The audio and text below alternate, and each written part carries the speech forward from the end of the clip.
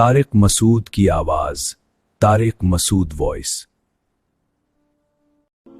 مفتی صاحب، میں پابندی سے گزشتہ 15 دنوں سے روزے رکھ رہا ہوں اور آگے بھی پوری زندگی روزے رکھنے کا ارادہ ہے۔ روزے کی حالت میں ہی مرنا چاہتا ہوں، مجھے تو لگتا ہے روزے سے ہی مر جاؤ گے آپ۔ جبکہ میری والدہ کہتی ہیں کہ اتنے روزوں کا فائدہ نہیں ہے، صرف پیر جمعرات کو رکھو۔ بھائی اتنی قوتیں آج کل نہیں ہے کہ ڈیلی روزے رکھے جائیں، آپ واقعی روزے سے مر جاؤ گے آپ۔ تو اتنا اپنے آپ کو صحت کو خراب کر دینا کہ اس سے موت یا بیماری ہو تو یہ شریعت میں اچھا کام نہیں ہے۔ تو روزانہ ڈیلی زندگی بھر روزے نہ رکھیں آپ۔ بعض صحابہ نے رکھے مگر وہ بھی آخر عمر میں پھر ان کو ندامت ہوئی، پھر نہیں رکھے جا رہے تھے، کیونکہ ایک نیکی جب انسان کنٹینیو کرتا ہے تو اس کو چھوڑنا نہیں چاہیے۔ تو اتنی کی عادت ڈالیں جتنا افورڈ کر سکتے ہیں۔ تو میں آپ کو 3 طریقے بتاتا ہوں جو حدیث سے ثابت ہیں روزے رکھنے کے۔ کسی نے نفلی روزے رکھے ضرور، بالکل آج معاشرے میں نفلی روزوں کا رواج ہی ختم ہو گیا ہے۔ عرب الحمدللہ رکھتے ہیں پابندی سے، عربوں میں رواج ہے، عام لوگ بھی رکھتے ہیں، علماء بھی رکھتے ہیں۔ ہمارے ہاں نفلی روزوں کا رواج ہی ختم ہو گیا ہے، یہ غلط ہے۔ تو حدیث میں آتا ہے کہ ہر مہینے 3 روزے رکھو۔ ایام 20 کے روزے کہا جاتا ہے جن کو، یعنی چاند کی 13 تاریخ، 14 تاریخ اور 15 تاریخ، یہ ہر مہینے کے 3 روزے آپ صلی اللہ علیہ وسلم نے فرمایا پورے مہینے کے برابر ہیں، کیونکہ ایک روزہ 10 کے برابر، ایک نیکی 10 کے برابر نا، تو 3 روزے 30 کے برابر ہو گئے۔ پھر آپ صلی اللہ علیہ وسلم نے پیر اور جمعرات کا روزہ رکھا ہے، اس کی ترغیب ہے تو یہ بھی رکھ لیا کرو۔ پیر کا رکھ لیا اور جمعرات کا رکھ لیا۔ ایام 20 میں اگر پیر جمعرات آ گیا تو وہ ڈبل ہو جائے گا، گریبی ہو جائے گی۔ وہ جیسے پیر کے دن 13 ذی الحجہ آ گئی تو 13 کا بھی ہو گیا اور گریبی میں پیر کا بھی ہو گیا۔ ایک طریقہ تو یہ ہے کہ پیر جمعرات کا رکھ لیں اور ایام، یعنی ایک طریقہ ایام 20 کا، دوسرا ہے صرف پیر جمعرات کا، اور دونوں کو مرج کر لیں تو بہت اچھی بات ہے، پیر جمعرات کا بھی رکھیں اور ایام 20 کا بھی۔ اور آپ کو پتا ہے ہفتے کے 2 روزے، جو کینسر کے اسپیشلسٹ ہیں نا ڈاکٹر، وہ بتاتے ہیں کہ 2 دن کی فاسٹنگ کینسر کے لیے بڑی مفید ہے، کینسر نہیں ہونے دیتی۔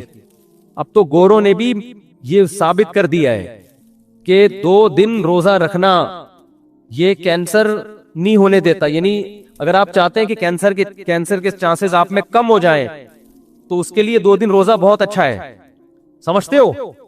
تو وہ اضافی جتنی جو پکوڑے سموسے ادھر ادھر کھانچے رہ گئے ہوتے ہیں نا، ہم جو پھوڑتے رہتے ہیں سارا دن، تو ہفتے میں 2 دن روزہ کیا کرتا ہے، وہ بھوکا رہ کے نا انسان وہ ساری جو اضافی چیزیں ہیں وہ ٹھکانے لگ جاتی ہیں، سمجھتے ہو؟ تو یہ فائدہ مند ہے، کینسر کے لیے بہت فائدہ مند ہے، اور بھی شوگر کے لیے بھی، صحت کے لیے بہت اچھا ہے یہ، لیکن آپ نے اللہ کے لیے رکھنا ہے، صحت کے لیے نہیں رکھنا۔ تیسرا روزے کا طریقہ جو حدیث سے ثابت ہے وہ یہ ہے کہ کوئی دن، کوئی مہینہ متعین کیے بغیر، حدیث میں آتا ہے آپ صلی اللہ علیہ وسلم بعض دفعہ روزہ رکھتے تو ایسے رکھنے شروع کرتے کہ ہمیں لگتا آپ کبھی چھوڑیں گے ہی نہیں، پھر چھوڑتے تو ایسا چھوڑتے کہ ہمیں لگتا کہ دوبارہ کبھی رکھیں گے ہی نہیں۔ تو یہ بھی ایک طریقہ ہے، آپ رکھنا شروع کر دیں، وہ رکھے جا رہے، جب آپ نے دیکھا کہ یار اب کمزوری شروع ہو گئی ہے صحت میں، چھوڑنا شروع کر دیں، پھر کھاتے رہیں، پھر موڈ ہوا پھر پے در پہ روزے، پھر موڈ ہوا پھر چھوڑیں تو ایسا چھوڑیں کہ گھر والے سمجھیں اب یہ ان کا معمول ختم ہو گیا، ابھی ہمیشہ کھائیں گے پیئیں گے، اور رکھیں تو ایسا رکھیں کہ گھر والے سمجھیں ابھی ہمیشہ روزے سے رہا کریں گے۔ تو یہ بھی، اس سے انسان کی صحت بھی ٹھیک رہتی ہے اور روزوں کا ثواب بھی حاصل ہوتا رہتا ہے۔ اور اگر کسی نے بہت زیادہ فنٹر بننا ہے، بہت نیک بننا ہے، تو پھر حدیث میں آتا ہے سب سے بہتر روزہ داؤد علیہ السلام کا روزہ ہے۔ زندگی بھر روزہ رکھا، کیسے؟ 1 دن روزہ 1 دن ناغا، 1 دن روزہ 1 دن ناغا، یہ سب سے بہتر روزہ ہے۔ کیوں؟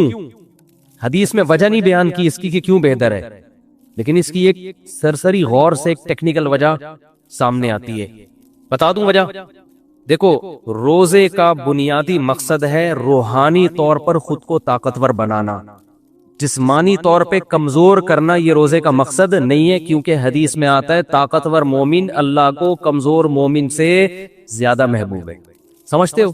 اگر آپ ڈیلی روزے رکھتے رہو گے ڈیلی، تو آپ جسمانی طور پر کمزور ہونا شروع ہو جاؤ گے، چلو گے لاغری کے ساتھ، بات کرو گے، بڑی ویکنیس ہوتی ہے، ہم نے بھی تجربہ کر کے دیکھا ہے۔ ہمیں طالب علمی کے دور میں دن جوش چڑھا تھا، ہم نے گرمیوں میں دے مار 4.5 روزے رکھنا شروع کیے، گرمیوں کے روزے تھے، میں اتنا باریک ہو گیا تھا، اتنا باریک کہ محلے والے کہنے بھائی کیا ہو گیا ان کو، غائب ہونا شروع ہو گیا تھا۔ تو وہ بعض دفعہ انسان پہ غلبہ ہوتا ہے نا، تو یہ پھر اس سے انسان میں چڑچڑاپن پیدا ہو جاتا ہے. جب انسان کمزور ہوتا ہے تو غصہ آتا ہے بہت زیادہ. تو مجھے اندازہ ہو گیا تھا یار میں بات بات پہ لڑ رہا ہوں لوگوں سے, پڑھے کر رہا ہوں, غصہ کر رہا ہوں. لڑنے کی طاقت ہوتی نہیں ہے. کمزور آدمی کو غصہ زیادہ آتا ہے, لڑنے کی پاور اس میں ہوتی نہیں. وہ جذبات سے ہی اگلے کو دبانے کی کوشش کر رہا ہوتا ہے, اور اگلا تھوڑا سا مکہ دکھا دے تو یہ ڈر جاتا ہی ہے. تو کمزوری ایک عیب ہے, جان کر کمزوری. تو کنٹینیو روزہ رکھنے سے, بار بار مسلسل آپ رکھتے ہی چلے جائیں گے تو روحانی قوت تو بڑھتی ہے, لیکن جسمانی قوت کمزور. اور روحانی بھی بہت زیادہ نہیں بڑھتی. وجہ اس کی ہے کہ آپ کو عادت ہو جاتی ہے. روحانی قوت بڑھتی ہے نفس کی مخالفت سے, اپنی چاہتوں کی مخالفت سے. تو جب آپ رکھتے رکھتے رکھتے عادی ہو جاتے ہیں تو وہی آپ کے روٹین کا حصہ بن جاتا ہے. کوئی الگ سی چیز نہیں لگتی آپ کو. آپ کا پتا ہے بھائی میں نے صبح 4 بجے کھانا کھانا ہے, پھر افطاری کے وقت کھانا ہے, یہ روٹین میں آ گئی نا ایک چیز. تو ایک دن روزہ ایک دن چھوڑا, ایک دن روزہ ایک دن چھوڑے میں کیا ہوتا ہے کہ جب ایک دن روزہ ہے اگلے دن ریکوری ہو جاتی ہے. کھائیں گے آپ, پیئیں گے, آپ کا جسم کمزور نہیں ہوتا, لیکن ٹینشن اتنی ہے نا کہ کر کے دیکھو پتا چلے گا, کیونکہ انسان عادی نہیں ہوتا روزے کا. صحیح سمجھ میں آ رہی ہے بات؟ اب دیکھو روزانہ روزہ رکھنا ہے نا تو تھوڑے دن میں عادت ہو جاتی ہے. جیسے رمضان میں ہمیں عادت پڑ جاتی ہے نا 10-15 روزوں کے بعد, یار صبح اٹھنا ہے, یہ تو روٹین کا ایک حصہ ہے. ایک دن روزہ رکھا, ایک دن چھوڑا, جیسے وہ والا واقعہ ہے نا, وہی بتاتا ہوں میں. ایک دن روزہ رکھا, ایک دن, اب دوبارہ اگلے دن رکھنا بڑا مشکل ہوتا ہے. حقیقت ہے, کیونکہ آپ نے کل پراٹھا کھایا تھا, چائے بھی پی تھی, گٹکا بھی ٹائم پہ, اور سٹے مٹے بھی, نسوار بھی, سب چیزیں ہو گئی. اب دوبارہ یار یہ مشکل ہوتا ہے. تو نفس کے خلاف مجاہدہ بہت سخت ہوتا ہے. تو روحانی قوت بہت اسپیڈ کے ساتھ بڑھتی ہے. اپنی چاہتوں کی مخالفت سے قوت بڑھتی ہے نا روحانی. تو چاہتوں کی مخالفت بہت ہوتی ہے. آدمی کو اپنی خواہشات پہ کنٹرول کرنے کا بہترین ملکہ پیدا ہوتا ہے اس سے, کہ میرے ہاتھ میں جب چاہوں گا کھانا چھوڑ دوں گا, جب چاہوں گا کھانا شروع کر دوں گا. اور صحت خراب نہیں ہوتی بلکہ اور اچھی ہو جاتی ہے, کیونکہ روزانہ 3 ٹائم کھانا کسی کتاب میں نہیں لکھا کہ صحت کے لیے ضروری ہے, بلکہ ہر کتاب میں لکھا ہے روزانہ 3 ٹائم پھوڑنا صحت کے لیے نقصان دہ ہی ہے, فائدہ مند بالکل بھی نہیں ہے. تو ایک دن روزہ رکھیں گے, ایک دن کھائیں گے, آپ بالکل فٹ فاٹ رہیں گے اور اچھے ہو جائیں گے جسمانی لحاظ سے. لیکن دل کی چاہت کی ایسی مخالفت ہوگی کہ آپ بہت تکلیف میں ہوں گے, لیکن اس سے آہستہ آہستہ آپ کو خواہشات پہ کنٹرول کرنے کی صلاحیت پیدا ہو جائے گی. آپ کے ہاتھ میں ہوگا بھائی, میں جب چاہوں گا کھا سکتا ہوں, جب چاہوں گا روزہ رکھ سکتا ہوں. ورنہ نارمل آدمی 100 دفعہ سوچتا ہے یار رکھوں گے نہیں رکھوں, رکھ کے پھر پچھتا رہا ہوتا ہے, یار اچھا بھلا کھا لیتا تو اچھا تھا. اب چائے دیکھ کے کبھی دل چاہتا ہے, کبھی بریانی کی خوشبو آتی ہے. تو یہ سب سے بہتر روزہ ہے, ایک دن روزہ رکھیں, ایک دن چھوڑیں. لیکن اتنا مشکل کام ہے, سیدھا سیدھا انسان کے بچے بنو, پیر جمعرات کا رکھ لیا کرو, اور صحیح ہے نا, ایام 20 کے رکھ لیا کرو, کافی ہے. وہ ایک دن روزہ ایک دن چھوڑ کے, وہی لطیفہ ہوا یاد ہے نا, وہ نہیں میں نے بتایا تھا کہ میری ایک زوجہ گلشن اقبال میں ایک ہاکسبے روڈ کی طرف, تو میں ایک دن گلشن اقبال میں, دوسرے دن اتنی دور ماڑی پور ہاکسبے روڈ. تو ایک اسٹیٹ ایجنٹ تھے ہمارے دوست, انہوں نے مجھے بس میں سوارنا دیکھا, یار بہت ترس آتا ہے, ایک دن آپ یہاں, دوسرے دن وہ ادھر. تو میں نے کہا مجھے ترس آپ پہ آتا ہے, ایک دن یہاں, دوسرے دن بھی وہاں, تیسرے دن بھی 1 سال 2 سال 10 سال ہو گئے یار, بس کرو یار. تو جب بھی میں ایسی کوئی بات کرتا ہوں نا, ایک دن روزہ ایک دن ناغا, تو مجھے ایک دن یہاں ایک دن وہاں, یہ والی بات یاد آ جاتی ہے. اللہ تعالیٰ فرماتے ہیں کیا تم بے خوف ہو اس ذات سے جو آسمان میں ہے, ان یخسف بکم الارض, کہ وہ تمہیں زمین میں دھسا دے, فستعلمون کیف نذیر, ام امنتم من فی السماء ان یرسل علیکم حاصبا فستعلمون کیف نذیر. یا تم بے خوف ہو گئے کہ وہ اللہ آسمان سے پتھروں کی بارش نازل کرے تو تمہیں پتہ چل جائے گا کہ میرا ڈرانا کیسا تھا. اللہ تعالیٰ کی ذات رحمت ہے, اپنے بندوں پہ مہربان ہے, رحم کرنے والا ہے, لیکن اللہ کی ذات کا ایک دوسرا پہلو بھی ہے. بھائی ان بچوں کو پکڑیں جا کے, یار وہ کدھر ہیں شوکت بھائی, بچے شور کر رہے ہیں. لیکن اللہ تعالیٰ کی ذات کا ایک دوسرا پہلو بھی ہے, وہ پہلو ہے انتقام لینا.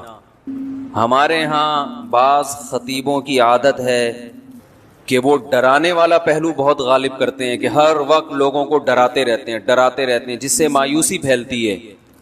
اور بعض خطیموں کی عادت یہ ہوتی ہے کہ وہ اللہ کی رحمت کو ایسا بنا کے پیش کرتے ہیں کہ بس سب کی بخشش ہو ہی جائے گی، اور رمضان میں تو ویسے ہی بخشا جائیں گے، جمعے کو مر گئے تو بخش گئے، رمضان میں مر گئے تو پھر تو بخشش پہ مہر لگ گئی، اور اگر رمضان میں 27ویں رات کو مر گئے تو بے شک چرس پی کے مرے ہوں پھر بھی کہاں جائیں گے؟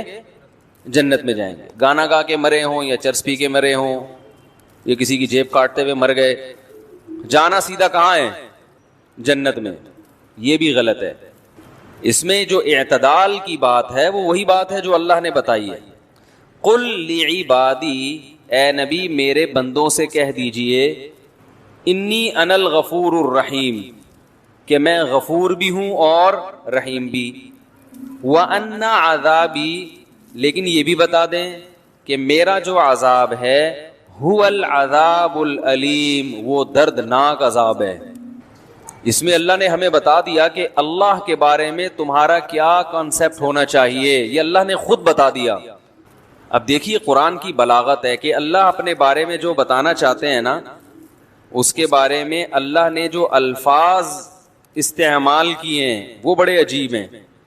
ہم جب کسی کو ڈراتے ہیں اور ہم جب کسی کو اپنے بارے میں یہ بتانا چاہیں کہ میں اچھا سلوک بھی کرتا ہوں لیکن جب میرا میٹر گھومتا ہے تو برا سلوک بھی کرتا ہوں، تو ہم یہ اس طرح بتائیں گے نا کہ بھائی میں بہت اچھا بھی ہوں لیکن بہت برا بھی ہوں، یہ کہیں گے نا ہم۔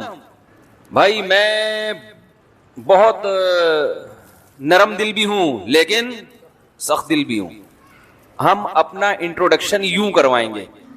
اگر ہم چاہتے ہیں کہ ہمارے بارے میں ایک درمیان کی رائے قائم ہو، ان بچوں کو اللہ کے عذاب سے بھی ڈرایا جائے اور کچھ جنت کی لالچ بھی دی جائے تو پھر یہ بچے قابو میں آئیں گے۔ بھائی یہ ان کو بھیجو، یہ ان کا میٹر بڑا شارٹ ہوتا ہے، آپ ذرا جائیں اوپر جا کے بچوں کو سنبھالیں، پہلے کوشش کریں محبت سے، ورنہ پھر آپ دکھائیں کہ آپ کیا ہیں۔ یہ جو جانے لمبے سے یہ بڑا، میں نے کئی دفعہ دیکھا ان کا میٹر شارٹ ہوا ہے، تو یہ بچوں کو ذرا سنبھالنا پڑتا ہے ورنہ بچے کہاں باز آتے ہیں۔ تو ہم جب اپنا تعارف کروائیں گے تو ہم کیا کہیں گے؟ بھائی میں سخت بھی ہوں اور طبیعت نرم بھی ہوں۔ اللہ نے جب اپنا تعارف کروایا تو اللہ نے کہا قل لعبادی، اے نبی آپ میرے بندوں کو میرے بارے میں تعارف کروا دیں۔ کیا تعارف ہے؟ 3 طریقے ہو سکتے تھے اپنے انٹروڈکشن کے، جو اللہ کی صفات ہیں ان کو بیان کرنے کے 3 طریقے ہو سکتے تھے۔ ایک طریقہ یہ ہو سکتا تھا کہ میں غفور الرحیم بھی ہوں اور سخت عذاب والا بھی ہوں، سخت عذاب والا بھی ہوں۔ ایک طریقہ تو یہ ہو سکتا تھا۔ ایک طریقہ یہ ہو سکتا تھا کہ میری رحمت بھی بہت بڑی ہے اور میرا عذاب بھی بہت بڑا ہے۔ دیکھو ایک ہوتا ہے اپنی صفت بیان کرنا، ایک ہے اپنے فعل کی صفت بیان کرنا۔ تھوڑی سی ٹیکنیکل باتیں کچھ زیادہ ہو رہی ہیں، میں اس کو کوشش کروں گا آسان طریقے سے سمجھاؤں۔ اپنی صفت کا مطلب کیا ہے کہ میں ایسا ہوں، اور اپنے عمل کی صفت کا مطلب میرا عذاب ایسا ہے، میں جیسا مرضی ہوں چھوڑو اس کو، میرا عذاب کیا ہے ایسا خطرناک۔ دوسرا رحمت کو یوں بھی بیان کیا جا سکتا ہے میں رحیم ہوں، اور ایک طریقہ یہ کہ اپنی صفت نہیں بلکہ میری رحمت ایسی ہے۔ بھائی نتیجہ تو دونوں کا ایک ہی نکلے گا نا، لیکن فرق کیا ہے؟ ایک میں اپنا تعارف کروایا جا رہا ہے، ایک میں اپنے فعل کا تعارف کروایا جا رہا ہے، اپنے عمل کا۔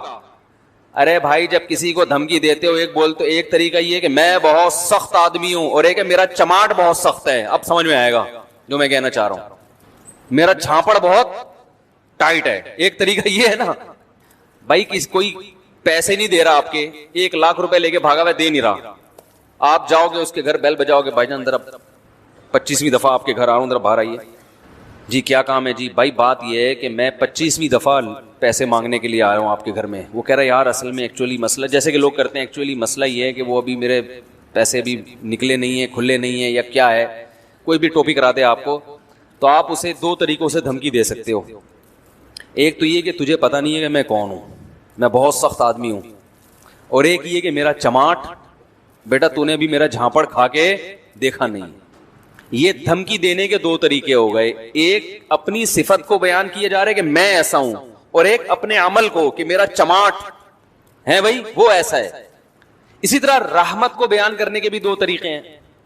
آپ نے کسی سے کہا کہ یار میرا ایک چھوٹا سا کام کر دو, وہ کر نہیں رہا, تو آپ کہہ رہے ہو یار تم تھوڑا سا میرا کام کرو گے نا تو میں بڑا نوازنے والا آدمی ہوں, یہ ذہن میں رکھنا.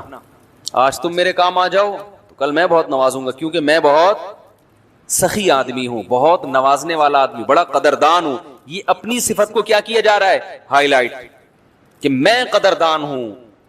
اور ایک طریقہ یہ ہے کہ بھائی یار یہ میں چھوٹا سا کام تم سے کہا ہے, ضرورت ہے کر دو. اگر تم نے کر دیا تو ایک بات ذہن میں رکھنا کہ میں جب کسی کو نوازتا ہوں تو میری نوازشیں بہت زیادہ ہوتی ہیں. تو یہاں اپنے عمل کو بیان کیا جا رہا ہے کہ میرا عمل, نتیجہ دونوں کا ایک ہی نکلے گا نا, یعنی وہ خوش ہو جائے گا. اب قرآن کی بلاغت دیکھو, انداز دیکھو قرآن کا. 3 طریقے ہو سکتے تھے بیان کرنے کے. ایک یہ کہ اللہ یہ کہتے ہیں کہ اے نبی میرے بندوں سے کہہ دیں کہ میری رحمت بھی بہت بڑی اور میرا عذاب بھی بہت بڑا, میری مار بھی بہت بڑی اور عطائیں بھی بہت بڑی. ایک انداز تو یہ ہو سکتا تھا. ایک انداز یہ ہو سکتا تھا کہ میں بڑی عطا والا ہوں, بڑی رحمت والا ہوں اور بڑے عذاب والا ہوں. کیا خیال ہے؟ دوسرا طریقہ یہ ہو سکتا تھا. لیکن اللہ نے, اور تیسرا طریقہ یہ ہو سکتا تھا کہ میں بہت عذاب والا ہوں, رحمت میری بہت بڑی ہے, یعنی رحمت بھی میری بہت بڑی. چوتھا طریقہ یہ ہو سکتا ہے کہ میں بہت رحمت والا ہوں, عذاب بھی میرا بہت بڑا ہے. ارے کیا ہو گیا بھائی؟ تو اللہ تعالیٰ نے 3 طریقے چھوڑ کر چوتھا طریقہ اختیار کیا. جہاں رحمت کی باری آئی تو اپنی صفت کو ہائی لائٹ کیا, یعنی کہ میری عطائیں بہت بڑی ہیں. نا نا نا, میں بہت رحمت کرنے والا اور بہت مغفرت کرنے والا ہوں, لیکن عذاب بھی میرا کیا ہے, یعنی کہ میں بہت بڑے عذاب والا ہوں. اس آیت میں اللہ نے عذاب کی نسبت اپنی طرف کرنا پسند نہیں کیا ہے. نسبت کا مطلب یہ کہ یہ اپنا انٹروڈکشن کہ میری صفت ہی یہی ہے. کیونکہ جب ہم کسی کو دھمکی دیتے ہیں نا کہ میں بہت مار والا ہوں, اس سے پتا چلتا ہے کہ آپ کا کام مارنا پیٹنا ہے. کیا خیال ہے بھائی؟ جب آپ کسی کو یہ کہتے ہیں کہ میں بہت رحم دل ہوں, بہت عطاؤں والا ہوں, تو اس کا مطلب ہے میرا کام کیا ہے, عطائیں کرنا. لیکن جب آپ کسی کو کہتے ہیں کہ یعنی میری عطا بہت زیادہ ہے, تو اس سے یہ ثابت نہیں ہوتا کہ آپ ہمیشہ عطا کرتے رہتے ہیں. ہاں جب کرتے ہیں تو بہت زیادہ کر دیتے ہیں, لیکن یہ ثابت تھوڑی ہوتا کہ کرتے بھی رہتے ہیں. اسی طرح جب آپ دھمکی دیتے ہیں, ایک طریقہ یہ ہے بھائی میں ہوں ہی سر پھرا, میں ہوں ہی بڑا سخت, اور ایک طریقہ یہ کہ بھائی جھانپڑ میرا بڑا سخت ہے. تو جھانپڑ سخت ہونے کا مطلب یہ ہے کہ بھائی میں سخت ہوں, میں سخت نہیں ہوں, لیکن جب مجھے غصہ آتا ہے نا تو پھر کبھی کبھار جھانپڑ بھی لگا دیتا ہوں, پھر وہ ہلکا بولو بھائی نہیں ہو. تو اللہ تعالیٰ نے جب رحمت کا تذکرہ آیا تو یہ نہیں فرمایا میری رحمت بہت بڑی ہے, اگر دوسرے مقام پر تو فرمایا میری رحمت بہت بڑی ہے, لیکن یہاں دونوں کا جب ایک ساتھ, دونوں صفت کو جب ہائی لائٹ کیا جا رہا ہے اکٹھا, 2 متضاد صفات کو, تو رحمت کو اپنی صفت بنا کے پیش کیا, عذاب کو اپنی صفت بنا کے پیش نہیں کیا. کہا قل لعبادی, میرے بندوں سے کہہ دیں, انی انا الغفور, میں مغفرت کرنے والا بھی ہوں اور رحم کرنے والا بھی ہوں, یہ میں والا ہوں, لیکن عذاب والا نا نا نا, ان عذابی, میرا جھانپڑ بھی بہت سخت ہے, میرا عذاب بھی بہت کیا ہے, سخت ہے. اس سے پتا چل گیا کہ میں عذاب والا نہیں ہوں. آئے ہائے ہائے, بہت مشکل ہے سمجھانا بھائی. میں عذاب والا نہیں ہوں, لیکن کبھی کبھار جب عذاب دیتا ہوں تو پھر ہلکا جھانپڑ بھی لگا دیتا ہوں میں کبھی کبھار, پھر وہ جھانپڑ بہت سخت ہوتا ہے, وہ مکہ بہت سخت ہوتا ہے, وہ عذاب کا کوڑا بہت سخت ہوتا ہے. اس میں اللہ نے اپنا انٹروڈکشن کروایا, ان 3 طبقوں کو غلط قرار دے دیا اس میں اللہ نے. وہ طبقے جو ہر وقت اللہ کی رحمت ہی کو بیان کرتے ہیں اور لوگوں کو یعنی بے خوف کر دیتے ہیں کہ بس سب کی مغفرت ہونی ہے, رمضان میں مر گئے, چرس پی کے مر جاؤ, کچھ بھی کر کے مر جاؤ, یتیم کا مال کھا لو, بہنے کی وراثت دبا کے بیٹھے ہوئے ہو, حج پہ کر جاؤ گے سب معاف ہو جائے گا, اور جناب مہر کھا گئے, اور جناب وہ ابا سے بھی تمیز سے بات نہیں کر رہا, اماں سے بھی تمیز سے گانے بھی گا رہے ہیں, اور پتہ نہیں کیا کیا ہو رہا ہے. بس اللہ بڑا غفور رحیم ہے, یہ تسبیح پڑھ لو, وہ تسبیح پڑھ لو, اور اللہ تو معاف کر دے گا, سب کچھ معاف کر دے گا, بس حقوق العباد معاف نہیں کرے گا.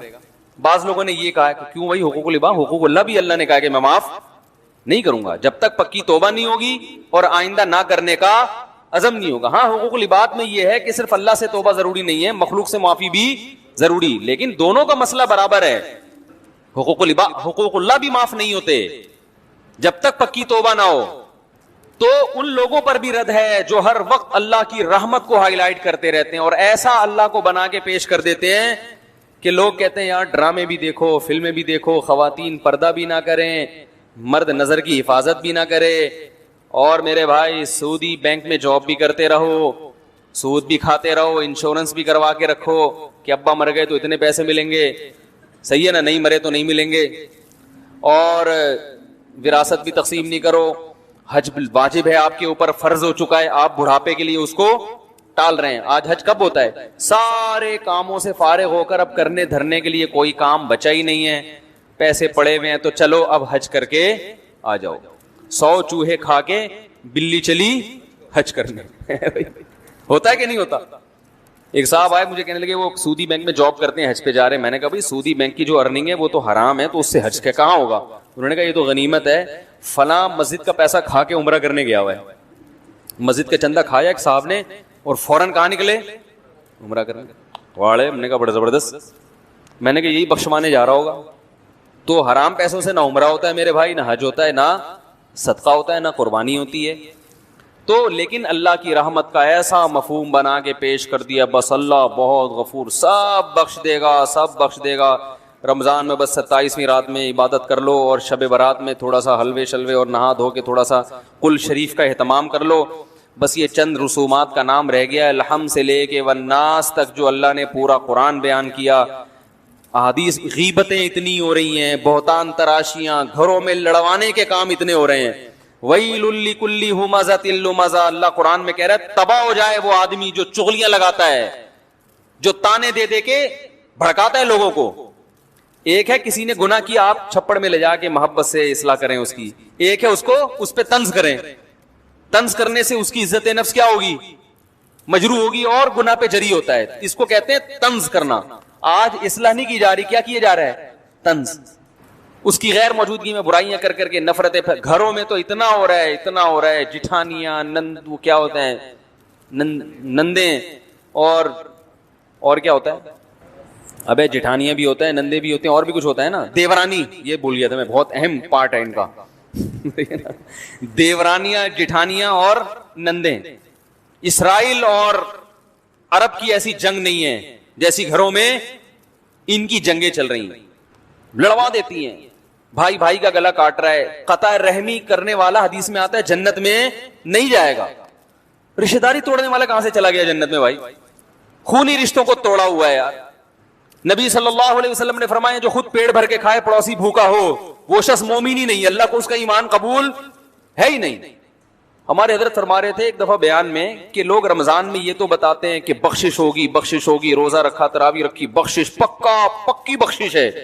تیسرا عشرہ جہنم سے خلاصی, 27ویں رات میں تو جنت ہی جنت کا. یہ بھی تو حدیث میں آتا ہے کہ جو روزہ رکھ کے بھی جھوٹ نہ چھوڑے اس کو بھوک اور پیاس کے علاوہ کچھ بھی حاصل, اور جو تہجد پڑھ کے بھی برائی نہ چھوڑے اس کو رات کو جاگنے کے علاوہ کچھ بھی حاصل.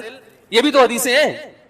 تو ایک طرف اللہ کی رحمت میں اتنا غلو کرایا جاتا ہے کہ لوگ گناہوں پہ جری ہونے لگتے ہیں. یار سب حلال ہے, سب کرتے رہو, بس یہ کر لیں گے, یوں کر لیں گے, ایک مسجد کے ڈبے میں چندہ ڈال دیں گے 5 روپے, اور وائپر والے کو 5 روپے پکڑا دیں گے, شیشہ بھی صاف ہو جائے گا اور صدقہ بھی ہو جائے گا. عیدی سینٹر میں ایک بکرا دے دیں گے. اور یہ بھی جب دیتے ہیں جب اپنا کوئی مریض بیمار ہوتا ہے. اور دوسری طرف غلو کیا ہے, بعض حضرات اتنا ڈراتے ہیں کہ 4 آدمیوں کے علاوہ کوئی جنت میں, وہ 4 مشہور شخصیات سب جانتے ہی ہیں, ان میں 2 پاکستان میں ہیں, ایک سعودی عرب میں ہے, اور ایک مجھے بھی ذہن میں نہیں آ رہی, لیکن وہی جنت میں جائیں گے.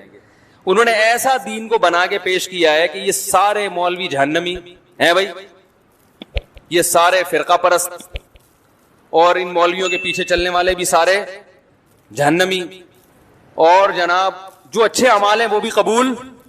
اسلام ہی غلط آیا تھا صدیوں پہلے بر صغیر میں, جو اسلام آیا تھا وہ اسلام ٹھیک تھا ہی نہیں. اب ہم اس کو ٹھیک کرنے میں بولو بھائی لگے ہوئے. جب تک اس مخصوص طریقے سے جو میری تحقیق کے مطابق قرآن حدیث کی تحقیق ہے, جو میری تحقیق کے مطابق جب تک اس طریقے سے نماز نہیں پڑھو گے وہ سنت کے مطابق ہے ہی نہیں.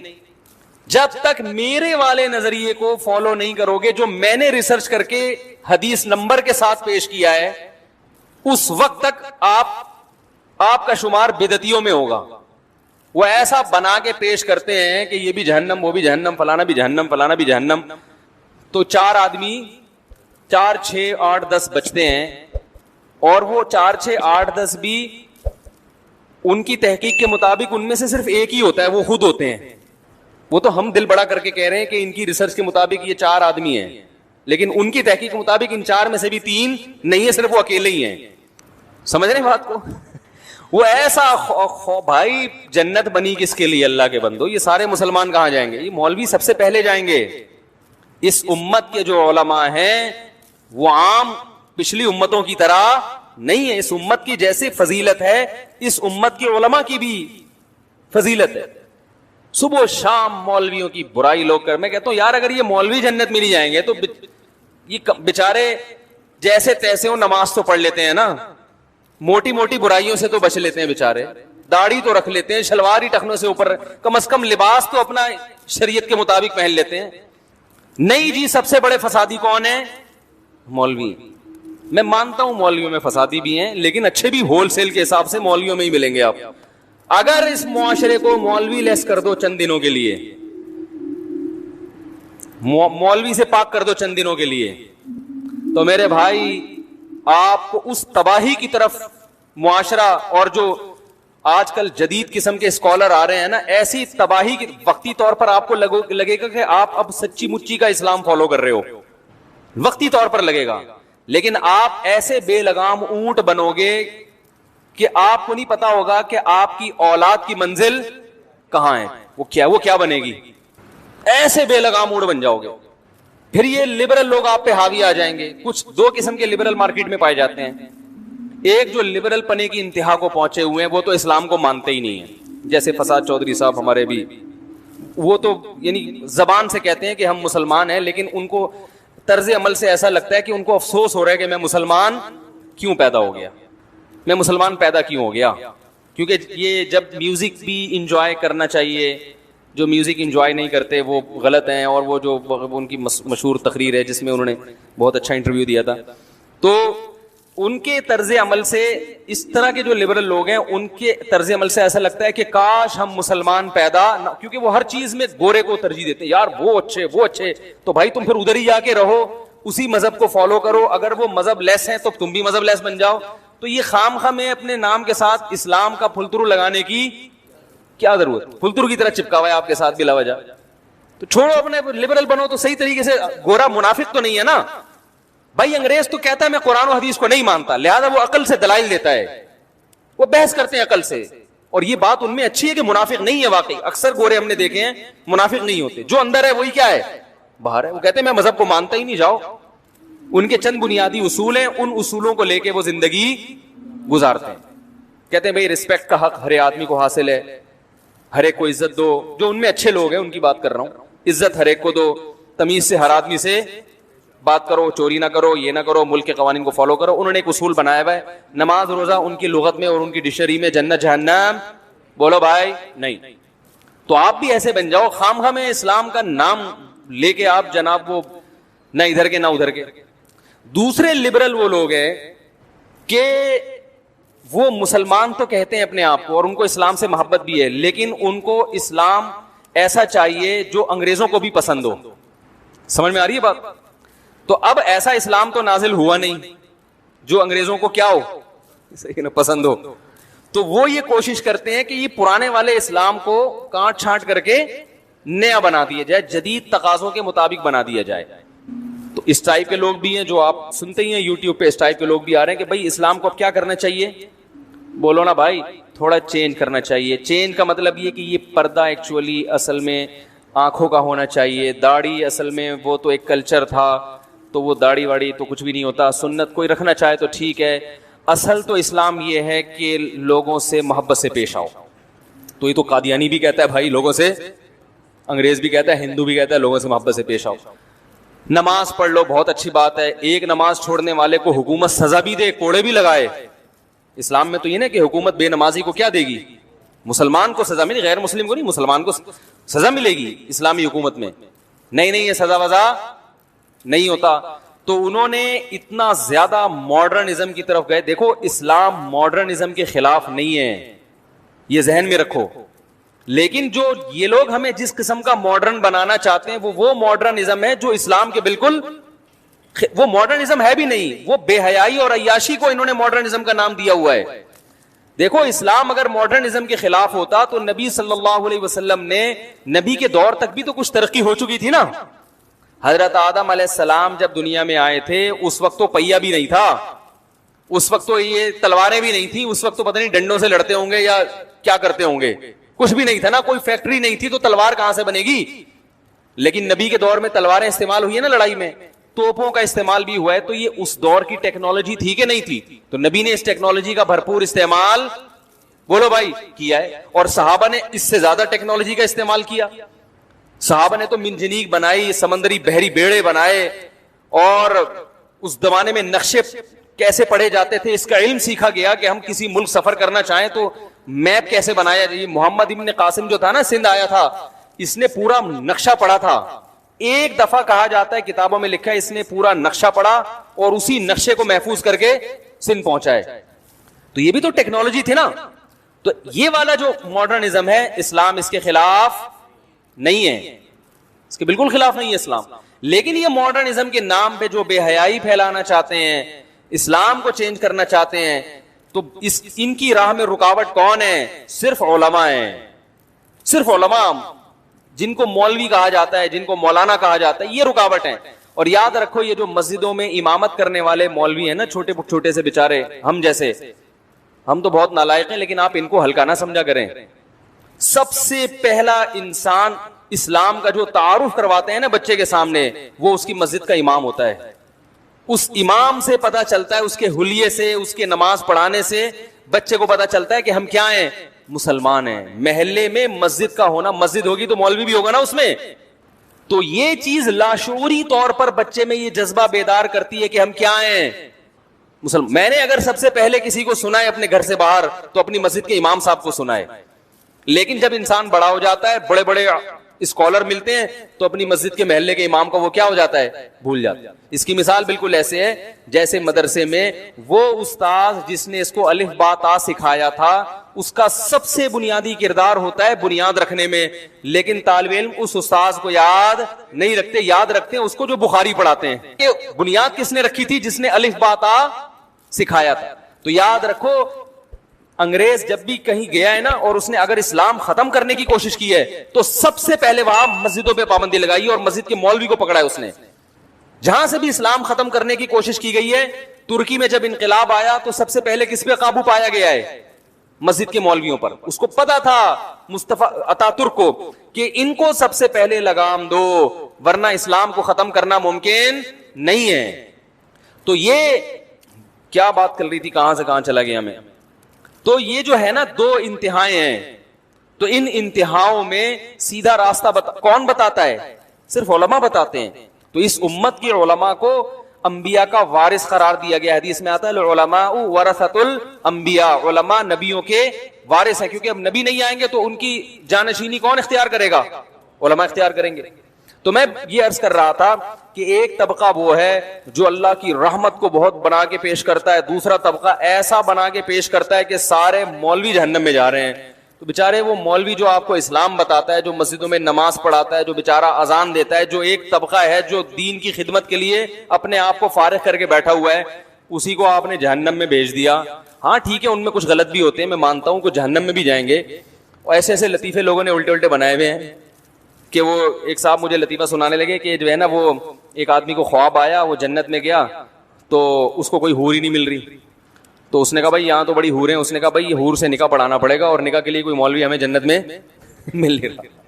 تو میں نے کہا ٹھیک ہے بیٹا بنا لو مولویوں پہ لطیفے, جنت میں کوئی مولوی مل نہیں رہا.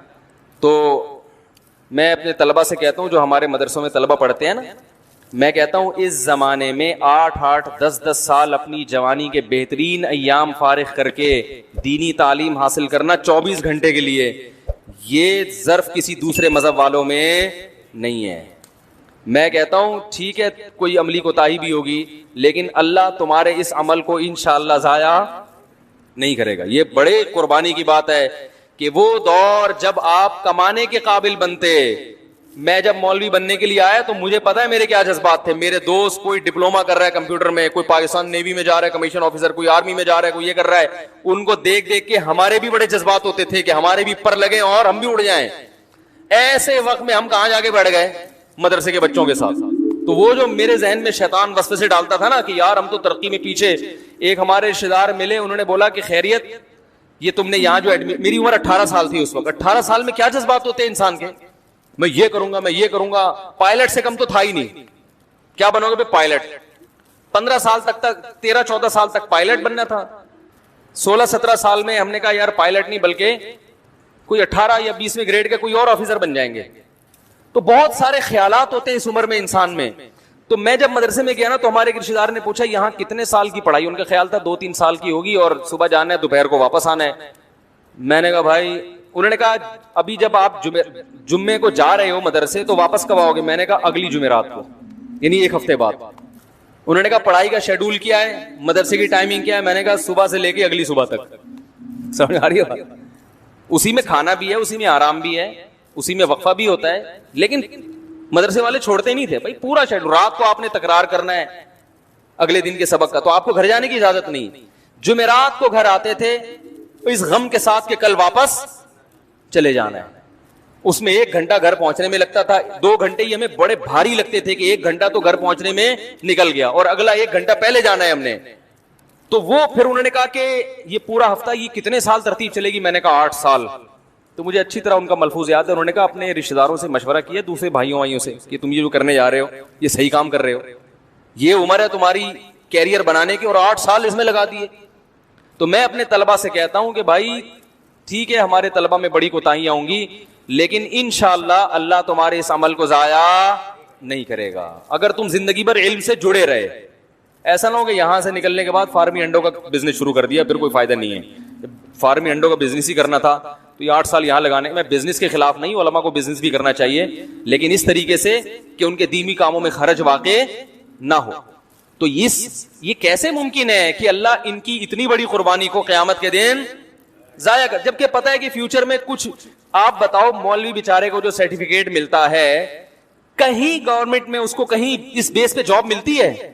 ایک چپڑاسی کی جاب بھی نہیں ہے, صرف اللہ توکل پہ چل رہے ہیں. تو آپ ان مولویوں کو برا بلا کہنے سے پہلے 100 دفعہ سوچ لیا کرو, لینے کے دینے نہ پڑ جائیں قیامت کے دن. ہاں ٹھیک ہے برائی ہر طبقے میں ہے, تو بھائی وہ تو ڈاکٹروں میں بھی ہے, انجینئروں میں بھی ہے, ہر جگہ ہی ہے کچھ نہ کچھ. لیکن میں نے اپنی آنکھوں سے دیکھا ہے کہ اہل حق علماء کی بات کر رہا ہوں کہ ان میں برائی کا ریشو کم ہے, اور کچھ خوبیاں تو مولاناؤں میں ایسی ہیں جو ہمیں شاید ہزاروں میں کہیں ایک ہی نظر آئے.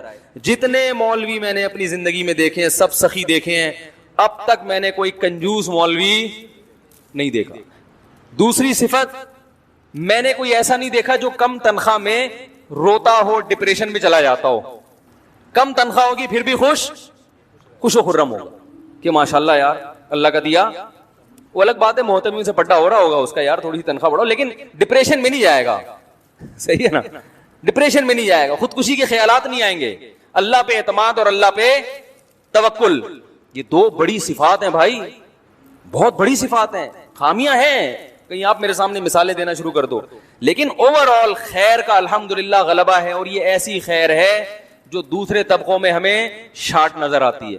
یہ جو مسجد میں آ کے سنبھال لینا, مسجد میں نمازیں پڑھانا 5 ٹائم اور اپنے آپ کو باؤنڈ کر لینا اور پھر تھوڑی سی تنخواہ لے کے اس پہ گزارا کرنا, اتنا ظرف میرے بھائی دوسرے لوگوں نے بنائی ہیں مسجدیں, اور پھر انہوں نے سوچا مولویوں کو امام نہیں رکھیں گے, کہیں سے فلانی جگہ سے وہ والا پروفیسر صاحب کو امام لے کر آئیں گے. وہ پروفیسر صاحب 2-4 دن سے زیادہ ٹکے نہیں, پھر وہ کرتے کیا, کسی دوسرے کو امام بنایا, خود پتلی گلی سے نکلے. وہ کہتے ہیں 5 نمازیں پڑھانا میرے لیے ایسے ہے جیسے غزوہ بدر میں جہاد کرنا. صحیح ہے نا.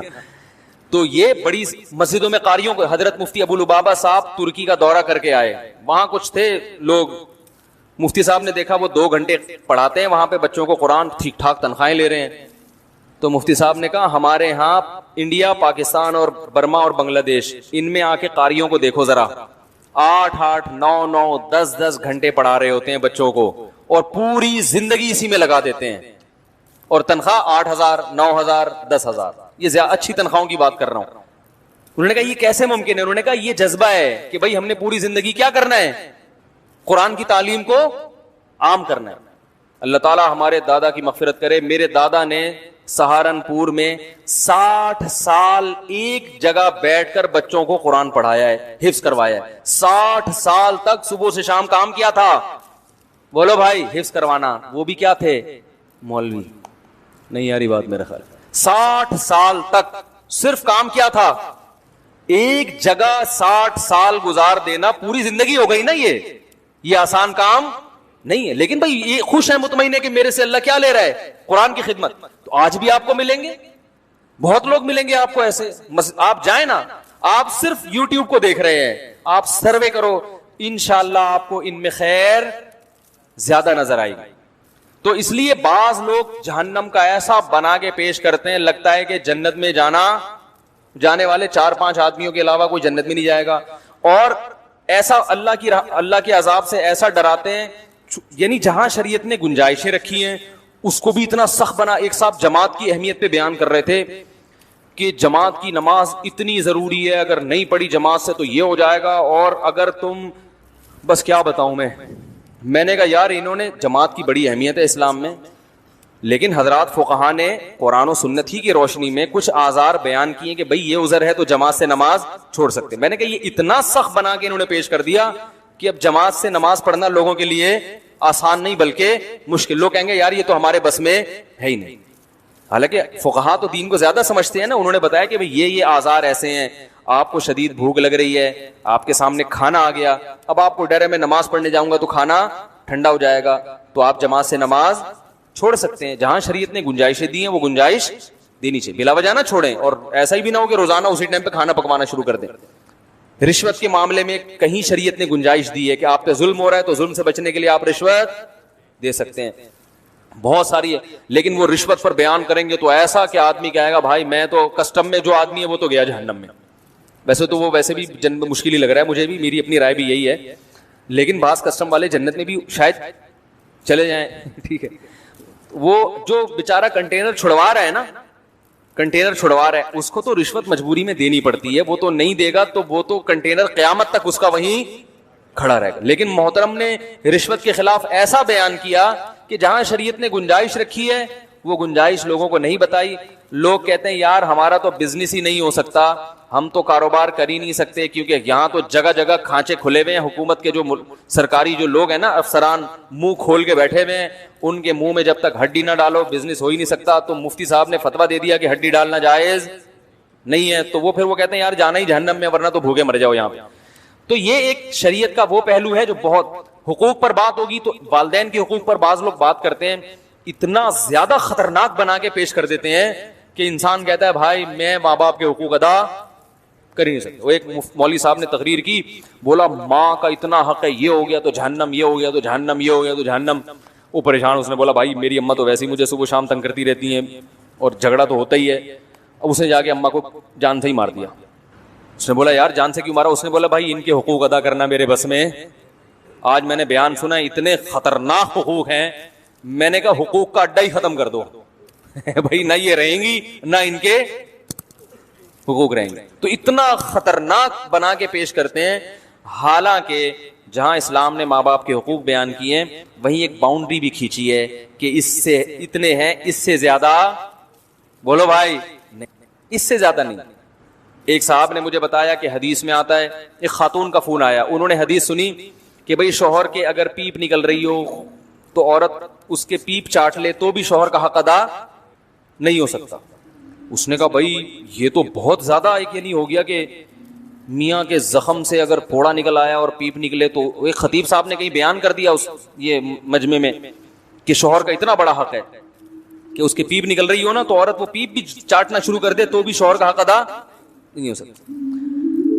اب لٹکا کے چھوڑ دیا ان خطیب صاحب نے. اب وہ عورت اپنے شوہر کا حق نہیں ادا کرے گی, کیونکہ کون پیپ چاٹے گا بھائی بیٹھ کے ہیں, اور اس کو یہ بھی پتا ہے کہ یہ چاٹنے کے بعد بھی حق ادا, تو اس کا مطلب ہے شوہر کا حق قیامت تک ادا ہو ہی نہیں سکتا. تو پھر چھوڑو, جب جانا ہی جہنم میں ہے تو جتنے ادا ہو رہے ہیں ان کے بھی ادا کرنے کی چندہ ضرورت نہیں. حالانکہ ان خطیب صاحب نے جب یہ بیان کیا تھا تو سب سے پہلے تو حدیث کی سند پیش کرنی چاہیے کہ یہ حدیث صحیح ہے بھی یا نہیں ہے. اگر صحیح ہے تو اس کا دوسری حدیثوں کی روشنی میں مفہوم بیان کرنا چاہیے تاکہ باقی حدیثوں اور اس حدیث میں ٹکراؤ نہ رہے. میں نے ان سے کہا، میں نے کہا پہلی بات تو اس حدیث کی سند ٹھیک نہیں. میں نے تحقیق کی اس کی، اور اگر مان لو کہ سند ٹھیک ہے تو میں نے کہا صحابہ کرام میں ہمیں کہیں بھی نہیں ملتا کہ کسی خاتون نے اپنے شوہر کی پیپ چاٹی ہو، کہیں بھی نہیں ملتا. تو یہ کیسی حدیث ہے جس پر صحابہ کرام نے عمل بولو بھائی نہیں کیا؟ اور شریعت نے پیپ کو ناپاک بھی قرار دیا. تمام فقہا کا اس پر اجماع ہے کہ پیپ کا کھانا حلال بولو بھائی نہیں. میں نے کہا یا تو یہ حدیث ضعیف ہے، اور واقعی ضعیف ہے، یہ حدیث صحیح نہیں ہے. اور یہ اگر ہے تو یہ محض ایک تاکید بیان کرنے کے لیے ہے، یہ اپنی حقیقت پر معمول نہیں ہے. جیسے لغت میں ہوتا ہے نا، ہم کسی کو دھمکی دیتے ہیں، مائیں بچوں کو دھمکی دیتی ہے چپ ہو جا ورنہ منہ توڑ دوں گی تیرا. اس کا مطلب منہ توڑنا کیا خیال ہے نہیں ہو، بلکہ اس کا مطلب ہوتا ہے چپ ہو جا بس. ٹھیک ہے نا؟ تو لغت میں بعض دفعہ کچھ الفاظ ایسے ہوتے ہیں کہ جو محض ایک چیز کو کی تاکید کو بیان کرنے کے لیے ہوتے ہیں کہ بہت بڑا حق ہے، تو اس کو ایک مثال سے سمجھایا جا رہا ہے. مطلب یہ نہیں ہے کہ ایسا کرنا شروع کر دو، یہ حدیث کا مطلب نہیں ہے. کیونکہ رسول اللہ صلی اللہ علیہ وسلم نے جہاں میاں بیوی کے حقوق بیان کیے ان کی تفصیل بھی بیان کر دی کہ زوجہ پر یہ باؤنڈری ہے، اس سے زیادہ آپ بوجھ نہیں ڈال سکتے. نبی صلی اللہ علیہ وسلم نے فرمایا کہ وہ تمہاری مرضی کے بغیر کسی کو گھر میں نہ آنے دے، صحیح ہے نا، امانت میں خیانت نہ کرے، مال کی حفاظت کرے. یہ چند موٹے موٹے بنیادی حقوق بیان کیے، فرمایا اس سے زیادہ تمہارا ان پر حق نہیں ہے. اور یہ بھی بیان کر دیا کہ عورت پر شوہر کا حق کتنا ہے. تو اس میں جو ایک اصول بیان کیا اس میں پیپ اور خون کا کہیں بھی تذکرہ نہیں ملتا. تو بعض لوگ وہ ایک ہم اکثر بچپن میں قصہ سنتے تھے کہ وہ ایک سیب جو ہے نا وہ دریا میں کہیں گرا، شیخ عبد القادر گیلانی رحمۃ اللہ نے وہ سیب اٹھا کے کھا لیا. تو بعد میں ان کو خیال آیا پتہ نہیں یہ کس کا سیب ہوگا. تو وہ پھر سفر کرتے گئے، پتہ کیا وہ تو بغداد سے کہیں سے چلتا ہوا آ رہا تھا سیب. یہ ہم بچپن میں بڑا واقعہ سنا کرتے تھے. تو وہ پھر سیب کھانے تلاش کرتے کرتے سیب کے مالک کے پاس پہنچے بغداد. اتنا لمبا سفر کیا انہوں نے دوسرے ملک کا، سیب تاکہ معاف کراؤں نا، حقوق العباد تو بندوں کے معاف کیے بغیر معاف ہوتے نہیں ہیں. تو انہوں نے کہا سیب کے مالک سے معاف کروانا پڑے گا. تو وہاں میں نے دل میں سوچا جب اتنی ٹینشن تھی تو کھایا کیوں بھائی؟ جس میں اتنا تقویٰ ہوتا ہے وہ تو شروع میں ہی نہیں کھاتا، چلو غلطی سے کھا لیا. تو اب وہاں پہنچے تو مالک سے جو ہے وہ کہا کہ بھائی میں نے غلطی سے سیب کھا لیا ہے تو اب معاف کر دو. اس نے کہا ایک شرط پہ معاف کروں گا، میری بیٹی سے شادی کرو. انہوں نے کہا اچھا بھائی کیا؟ اس نے کہا وہ لنگڑی بھی ہے، اندھی بھی ہے، بہری بھی ہے، گونگی بھی ہے. آئیں انہوں نے کہا لیکن کرو گے تو معاف کروں گا ورنہ نہیں. اب مجبوری تھی، سیب معاف کرانا تھا. انہوں نے شادی کر لی، پتا چلا وہ تو نہ لنگڑی ہے، بڑی خوبصورت تھی. تو انہوں نے کہا لنگڑی اس اعتبار سے کہ گھر سے باہر کبھی نکلی نہیں ہے، یعنی اس اعتبار سے معذور ہے گویا. اور اندھی اس اعتبار سے کبھی نامحرم کو دیکھا نہیں ہے. بہری اس اعتبار سے غلط بات کبھی سنی نہیں. گونگی اس اعتبار سے غیبت کبھی نہیں کی. تو یعنی آرڈر پہ بنوائیے آپ یہ کہہ سکتے ہیں. تو وہ یہ حضرت عبد القادر گیلانی کو اس تقوی کا یہ صلہ ملا. تو ہم سنتے تھے سبحان اللہ کہتے تھے. لیکن ایک بات خیال آتا یار ہماری تو بخشش، ہمارے محلے میں بادام کا درخت تھا، ہم پتھر سے توڑ توڑ کے بچے تھے نا کھایا کرتے تھے. حالانکہ انٹی منع بھی کرتی تھی. یہاں تو منع بھی نہیں کیا تھا اس نے. بھائی جو باغ کا مالک تھا اس نے تھوڑی کہا تھا سیب نہیں کھاؤ، گر گیا تو جانے دیا، مطلب کھا لو جس کا ہو گیا ہو گیا، ورنہ اتنا ہی شوق تھا بھائی اٹھا لیتا. اور وہ انٹی جن کے ہم بادام توڑتے تھے بچپن میں، بھائی اب نہیں کرتے یہ کام. وہ تو منع کرتی تھی، بد دعائیں دیتی تھی. تو شکر ہے لگی نہیں بد دعائیں ان کی، ہم نے معاف کروا لیا تھا بعد میں ان سے. تو بادام بچے کرتے ہی ہیں نا یہ. تو وہ ہم دلیل یہ دیتے تھے کہ جو باہر کی طرف آیا ہوا ہے نا وہ قوم کا ہے. بچے بڑے شرارتی ہوتے ہیں. ہم تو اسکول اب تو بچے وہ شرارتیں کرتے نہیں. ہم جب بچے تھے نا اسکول جب جایا کرتے، ہمارا بہت دور پیدل اسکول تھا، بڑی شرارتیں کرتے ہوئے جاتے تھے. اس میں گھر سے جو جیب خرچی کے پیسے ملتے ہیں، کسی کی اٹھنی گر گئی نا تو دوسرا اس پہ پاؤں رکھ کے کھڑا ہو جاتا تھا. اب کیا کرتا تھا وہ کہتا تھا دو میرے پیسے، کہہ رہے نہیں، اٹھا کے جیب میں ڈالے. بھائی کیوں؟ کہہ رہے مجھے اللہ کی زمین سے ملے. یہ سنا ہوگا نا بھائی، یہ تمہارے نہیں، مجھے کہاں سے ملے؟ اللہ کی زمین. اور وہ دیتا ہی پھٹے شروع ہو جاتے تھے اس پہ، ہمیں تو کہاں سے ملے. بچے نا لاجک پیش کرتے ہیں. تو ہم یہ کہتے تھے بادام کا جو حصہ ان کے گھر کی طرف ہے وہ ان کا ہے، جو باہر آ رہا ہے وہ گلی محلے والوں کا ہے. بھائی وہ ان کا ہے ہی نہیں. تو ہمیں کیا، ہم تو بھائی ہم نے تو پتہ نہیں کتنے بادام کھائے ہیں، تو ہم تو جنت میں جا ہی نہیں سکتے یار, یہ تو بڑا مسئلہ ہو گیا. جب ہم مدرسے میں داخل ہوئے تو ہم نے پھر فقہ کی کتابیں پڑھی, اصول فقہ. اس میں فقہاء نے لکھا کہ اگر کسی نے کسی کے درخت سے ایک بیر کھا لیا اور اب وہ درخت والے سے بیر نیچے گرا ہوا تھا, اس نے اٹھا کے کھا لیا, اب یہ جا رہا ہے درخت والے سے معافی مانگنے کے لیے کہ بھائی ایک بیر میں نے آپ کا کھا لیا ہے, قیامت کے دن جہنم میں نہ چلا جاؤں تو آپ مجھے معاف کر دیں. تو کہا کہ اس آدمی کو کوڑے لگیں گے جو معافی مانگ رہا ہے بھائی. یہ واجب التعزیر ہے, اس لیے کہ یہ وہم کو کیا کر رہا ہے, پروموٹ کر رہا ہے. یہ تقوی کو ایک شریعت کا کیا رخ پیش کر رہا ہے, غلط بنا کے پیش کر رہا ہے. یعنی بھائی ایک بیر نیچے گر جائے تو کوئی درخت والے کو تکلیف نہیں ہوتی. ایک بیر ہے, کھا لیا کیا ہو گیا, مدذل الا لیا, بیر سامنے آیا کھا لیا. تو یہ کوئی ایسی چیز تھوڑی ہے جس پہ انسان کو تکلیف ہوتی ہے. اس کا جو ٹائم آپ نے ویسٹ کیا معافی مانگنے میں, یہ کتنی بڑی ٹینشن ہے. ہمارے حضرت مفتی رشید احمد صاحب سعودی عرب گئے, کسی کے یہاں مہمان تھے, تو حضرت کے پاس کچھ اپنا گھر کا سامان بھی تھا, اس میں ایک کپ تھا حضرت کا. تو وہ کپ وہیں رہ گیا میزبان کے گھر میں, چھوٹا سا کپ تھا, سعودی عرب میں ہی رہ گیا. اور وہ کپ تھوڑا سا ٹوٹا ہوا بھی تھا, تو ویسے ہی اس کی ویلیو کم ہو گئی. وہ 1 سال کے بعد سعودی عرب سے آئے, انہوں نے اس کپ کو محفوظ رکھا ہوا تھا کہ حضرت کا کپ ہے تو یہ قیمتی, یعنی ایک بہرحال ایک چیز ہے کہ ضائع ہو گئی تو مسلمان کا دل دکھے گا. 1 سال کے بعد آئے, کہنے لگے حضرت میں نے چیز کو ضائع ہونے سے بچایا. تو حضرت نے فرمایا آپ میں دینداری ہے مگر سینس نہیں. جتنی ٹینشن اس کی حفاظت میں لگی ہے نا, اتنے کا یہ کپ بولو بھائی ہے نہیں. ہر چیز کی جتنی قیمت ہوتی ہے اس حساب سے اس کی حفاظت پہ ٹینشن لی جاتی ہے. سونے کی چیز ہے, آپ لاکر بنوائیں گے, 20,000 کا لاکر بنوا کے اس میں رکھ دیں گے, اور چیز 5 روپے کی بھی نہیں ہے, اور آپ اس کو الماریوں میں لاک. بھائی کپ کو بھی محفوظ رکھنے میں کتنی ٹینشن ہوتی ہے نا, کہ کسی کا بچہ نہ توڑ دے, بچے کو الگ چماٹ مارا ہوگا, بھائی تو نے حضرت کا کپ کیوں اٹھایا, ٹوٹ جاتا تو ضائع ہو جاتا, قیامت کے دن مجھے 100 کپ پیش کرنے پڑتے ہیں بھائی. تو حضرت فرمایا دینداری ہے مگر تفقو نہیں ہے. ایک چیز جس کی ویلیو اتنی نہیں ہے تو یا تو خود استعمال, مجھے کیا, میں جو اللہ نے اتنا غریب تھوڑی ہوں کہ میں ایک کپ پہ یہاں بیٹھ کے رہوں گا. بھائی اتنی تو سینس ہونی چاہیے نا. فرمایا کہ میں تھوڑی تمہیں اس پہ ملامت کرتا کہ میرا کپ کیوں کھا گئے. فرمایا کہ اگر استعمال کے قابل تھا تو استعمال کر لیتے, استعمال کے قابل نہیں تھا کسی غریب کو پکڑا دیتے, غریب نہیں ملتا تو کچرے میں پھینک دیتے. سمجھ میں آ رہی ہے بات؟ چھوٹی سی چیز ہے, اس کو ضائع کرنے کا گناہ نہیں ہوگا, اس لیے کہ حفاظت کرنے میں اپنی صلاحیتوں کو ضائع کیا جا رہا ہے.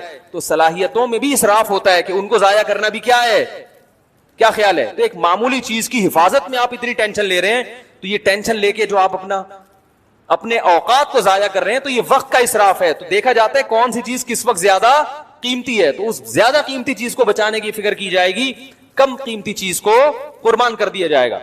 میری بھی یہی عادت ہے, گھر میں اگر کوئی کپ ٹوٹ جائے تو بھائی اللہ کا دیا الحمدللہ بہت کچھ ہے, میں کسی کو دے دیتا ہوں, نہیں تو کچرے میں اٹھا کے پھینک دیتا ہوں. بعض لوگوں کی عادت ہوتی ہے, آپ ان کے اسٹور میں جائیں, 20-20 سال پرانی سوغات نکلیں گی ان کے اسٹور سے. یہ جب شٹرنگ ہوئی تھی اس کے 3 پھٹے باقی بچ گئے تھے. ایسا ہی ہوتا ہے نا بھائی, جب چھت ڈلی تھی تو شٹرنگ میں 3 پھٹے باقی بچ گئے تھے, ہم نے رکھ لیے, دوبارہ کبھی شٹرنگ ہوئی تو اس میں کام آ جائیں گے, کیونکہ اسلام میں چیزوں کو ضائع کرنا حرام ہے. ابے بھائی یہ 3 پھٹے کو تو نے جو پورے اسٹور کو انگیج کیا ہوا ہے, یہ پھٹے اٹھا کے یا تو کسی غریب کو دے یا بیچ دے, ورنہ کچرے میں پھینک دے ان کو. بھائی تو کیا اس میں رکھا ہوا ہے ان پھٹوں میں؟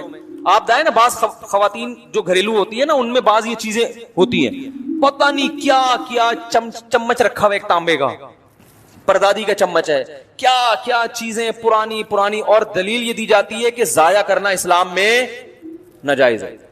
بھائی سامان ہلکا پھلکا رکھو, باقی چیزیں ضائع نہ کرو, صدقہ کر دو. کوئی صدقہ لینے والا نہیں ہے, پھینک دو اٹھا کے اس کو. سمجھ رہے ہیں؟ کچرے سے بھی بہت سے لوگ چیزیں اٹھا کر, کوئی اس کا گاہک ہوگا وہ کچرے سے اٹھا لے گا. تو یہ تفقع ہے, بصیرت. و خیر میں جلدی سے بات کو سمیٹتا ہوں کہ ایک طرف یہ انتہا ہے کہ اللہ کی رحمت کو ایسا بنا کے پیش کر دیا جاتا ہے کہ جو مرضی کرتے رہو, جانا سب نے جنت میں ہی ہے, اور ایک طرف ایک انتہا ہے کہ اتنا خطرناک بنا کے پیش کیا جاتا ہے کہ سیب کھا لیا تو گئے کام سے. تو وہ پھر ماں کون بھائی, اگر سیب کھا لیا ہے تو بس اللہ سے توبہ استغفار کر لو, اللہ آئندہ نہیں کھاؤں گا, ٹھیک ہے نا. لیکن ایسا نہ ہو کہ سیب پیٹیوں سے چوری کرنا شروع کرتے ہیں اب آپ لوگ جا کے. یہ تو ایک سیب درخت سے خود گر گیا, راستے میں پڑا ہوا تھا, آپ نے اٹھا کے کھا لیا. لیکن درخت سے جا کے سیب توڑنا اس کسی کی پرمیشن کے بغیر وہ جائز نہیں ہے. وہ پھر کیونکہ اس میں مالک کی طرف سے اجازت نہیں ہوتی. یا ریڑی والے سے بعض لوگ اٹھا لیتے ہیں. بعض لوگوں کی عادت ہے کھجور خریدنے گئے ریڈی میں 2-4 جو ہے نا ویسے ہی چکتے چکتے ہی, تو اب سوچو کہ تم 4 تم چکو گے, 4 اگلے والا چکے گا, آدھی ریڈی تو اس کی ایسی خالی ہو گئی. میں ابھی اثر کی بات ہے آم خریدنے گیا تو میں نے کہا چک کے لوں گا. اس نے ایک چھوٹا سا آم کا ایک ساشا نکال کے مجھے دیا, میں نے چکھا, مجھے سمجھ میں نہیں آیا. میں نے کہا یہ آم کے پیسے. اس نے کہا نہیں. میں نے کہا بھائی تم 10 آدمی آئیں گے چکتے چکتے, 20-30 آم تو تمہارے چکھنے میں گئے, تو آپ اس کے پیسے لیا کرو. میں نے بہت کوشش کی, اس نے لیے نہیں, تو وہ نہیں لیے, لیکن اس کی مرضی. مگر ایسی صورت میں آپ اس کو دیں پیسے, وہ نہیں بھی لے رہا ہو تو اس کا تو آم خراب ہو گیا نا. لیکن لوگ کنجوسی یہاں کرتے ہیں. ایک دفعہ کیا ہوا, وہ ایسے ہی صدر میں ایک مارکیٹ والے نے کھجور رکھی ہوئی, ایک صاحب گئے کھجور اٹھانے لگے, اس نے کہا 5 روپے لوں گا. وہ کہنے لگا بھائی کیوں 5 روپے کی ہے؟ اس نے کہا بھائی ہر آدمی اٹھا کے ہاتھ نہیں لگانا اس کو. مجھے بڑا اچھا لگا اس کا یہ عمل جو ہے. تو 2 انتہائیں ہیں, تو اس میں اعتدال کا راستہ کیا ہے بھائی؟ اللہ کی ذات کے دونوں پہلو ہیں, عذاب بھی ہے اور رحمت بھی ہے, لیکن یہ بالکل برابر نہیں ہے. رحمت والا پہلو عذاب والے پہلو پر غالب ہے. تبھی اللہ نے رحمت کو ہائی لائٹ کیا, میں غفور بھی اور میں رحیم بھی. لیکن عذاب کے بارے میں فرمایا میرا جھانپڑ بہت سخت ہے, یعنی میں ایسا ہوں نہیں, لیکن مجھے مجبور نہ کرو, اگر میری نافرمانی کی تو میں عذاب بھی دے دوں گا. تو رحمت غالب کیسے ہے؟ ایسے غالب ہے کہ نیکی کا ثواب بہرحال ملتا ہے, اور وہ بہت کم ضائع ہوتی ہے, بہت اس میں ضائع ہونے کا آپشن کم ہے. جبکہ گناہ کا عذاب لازمی نہیں ملتا, اس میں توبہ کا دروازہ کھلا ہوا ہے. توبہ کر لو گے تو معاف ہو جائے گا, توبہ نہیں کرو گے تو پھر اللہ کا کوڑا بہت سخت ہے. فرمائے ان ربک لبالمرصاد, تمہارا رب گھات میں بیٹھا ہوا ہے نافرمانوں کو پکڑنے کے لیے. ایک ایک چیز نوٹ کر رہا ہے, ایک ایک چیز دیکھ رہا ہے. اللہ تعالی ہمیں اپنے عذاب سے بچائے. تو بھائی یہ جو گناہ ہیں ہمارے معاشرے میں, ان کو چھوڑ دینے میں ہی خیر ہے. ہمت کر کے چھوڑ دیں, پھر اللہ کی رحمت ہے, اور ایسی رحمت ہوتی ہے تتنزل علیہم الملائکہ. اللہ فرماتے ہیں تم گناہ چھوڑو گے نا تو تمہیں جو ٹینشن ہوگی نا, اس ٹینشن کو ختم کرنے کے لیے میری طرف سے تمہارے دل پہ فرشتے نازل ہوں گے. ٹینشن بھی ہوگی لیکن ساتھ ساتھ تسلیاں بھی چلتی رہیں گی. ٹینشن کی 2 قسمیں ہیں, ایک ٹینشن وہ ہے جو آج جتنی ہے کل اس سے زیادہ, پرسوں سے زیادہ, اس سے انسان ڈپریشن میں جاتا ہے.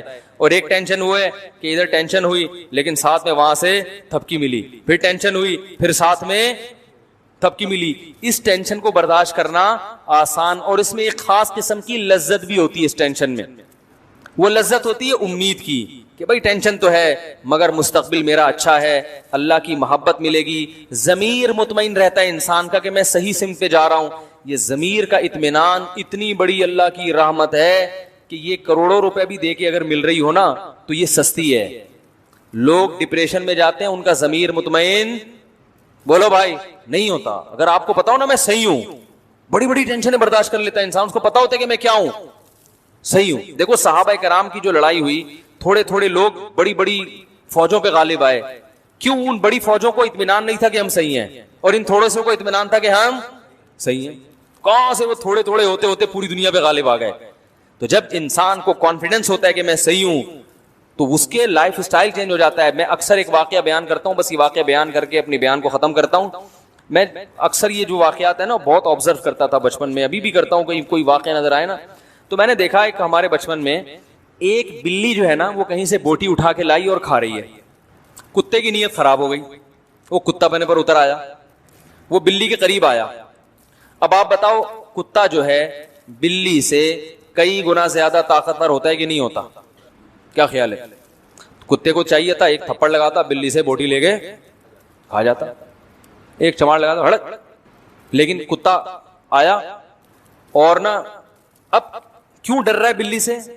کتے کو یہ احساس ہے کہ رائٹ میرا یہ لے کر آئی ہے, لیکن ہے تو کتا بنا نا, لالچ تو ہے اس میں. اب وہ آگے کھڑا ہوا ہے, ایسا قریب آ رہا ہے نا یوں کر کے, اور بلی کی دم پھول رہی ہے, اسٹائل چینج ہو رہا ہے, آنکھوں کی بناوٹ چینج, اور بوٹی کھانے کو اتنا فوکس نہیں کر رہی جتنا بوٹی بچانے کی فکر اس کو زیادہ ہے. اب میں دیکھ رہا ہوں کہ وہ جناب کتا آیا اور یوں نا ڈرتا ڈرتا, حالانکہ کتے کو جب غصہ آتا ہے وہ تو ایسی کی تیسی کرتے بلی کی بھائی, لیکن کتا گھبرا رہا ہے, قریب آ رہا ہے, بلی کی دم پھولتی جا رہی ہے, کتا پھر بھی ہمت کر رہا ہے اور اپنے آپ کو بھائی شعر سنا رہا ہے, جھپٹنا پلٹنا, پلٹ کر جھپٹنا, لہو گرم رکھنے کے ہیں یہ بہانے. وہ کہہ رہا ہے گھبرا نہیں, تو کتا ہے, بلی سے کیوں ڈر رہا ہے؟ ڈر بھی رہا ہے اندر اندر, لیکن تھوڑا تھوڑا آہستہ آہستہ جب اپنے باڈی کو دیکھتا ہے, اپنے جو ہے نا اپنے کتے ہونے کا احساس اس کو ہوتا ہے, تو کہتا ہے بھائی تو کیسے ڈر رہے گا, تو تیری بےزتی ہو جائے گی, اور بھوک بھی لگ رہی ہے, قریب بھی آ رہا ہے, اور بلی کی دم پھولتی جا رہی ہے, لیکن بلی پیچھے نہیں ہٹ رہی.